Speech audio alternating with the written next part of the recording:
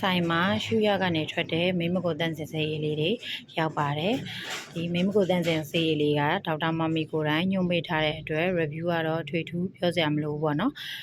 သူကကျတော့မိမကိုတန့်စင်စေးရည်ကကျတော့သူ့ရဲ့အဓိကလှုပ်ဆောင်မှုနှမျိုးလုံးကတော့ဒီအနံ့ဆိုးတွေမိမကိုအနံ့ဆိုးတွေထွက်တာတွေကိုပျောက်ကင်းစေတယ်ပြီးတော့တဲ့အခါကျတော့မှုဆွဲတာတွေရရန်တာတွေ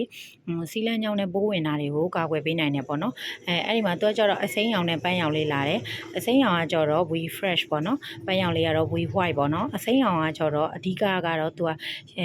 ဒီရေဓာတ်ကိုပို့ပြီးတော့ဖြည့်တင်ပေးနိုင်တယ်ပေါ့နော် private area ကိုရေဓာတ်ပို့ဖြည့်တင်ပေးနိုင်တယ်အနံ့လေးကလည်းသူကကျတော့အနံ့လေးရလိုက်တာနဲ့လက်ဆက်တဲ့အနံ့လေးပေါ့နော်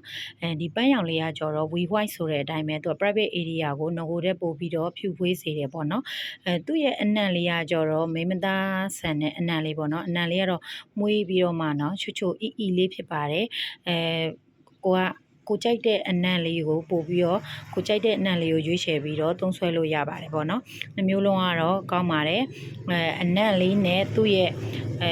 လှုပ်ဆောင်ပုံတစ်ချက်ချင်းစီလေးပဲအနည်းငယ်ခွာသွားတာဖြစ်ပါတယ် review တွေကတော့အထွေထူးပြောစရာမလိုဘူးဈေးနှုန်းလေးလည်းအသင့်တင်ပဲမို့လို့ဆိုင်မှာလာပြီးတော့အားပေးလို့ရပါတယ်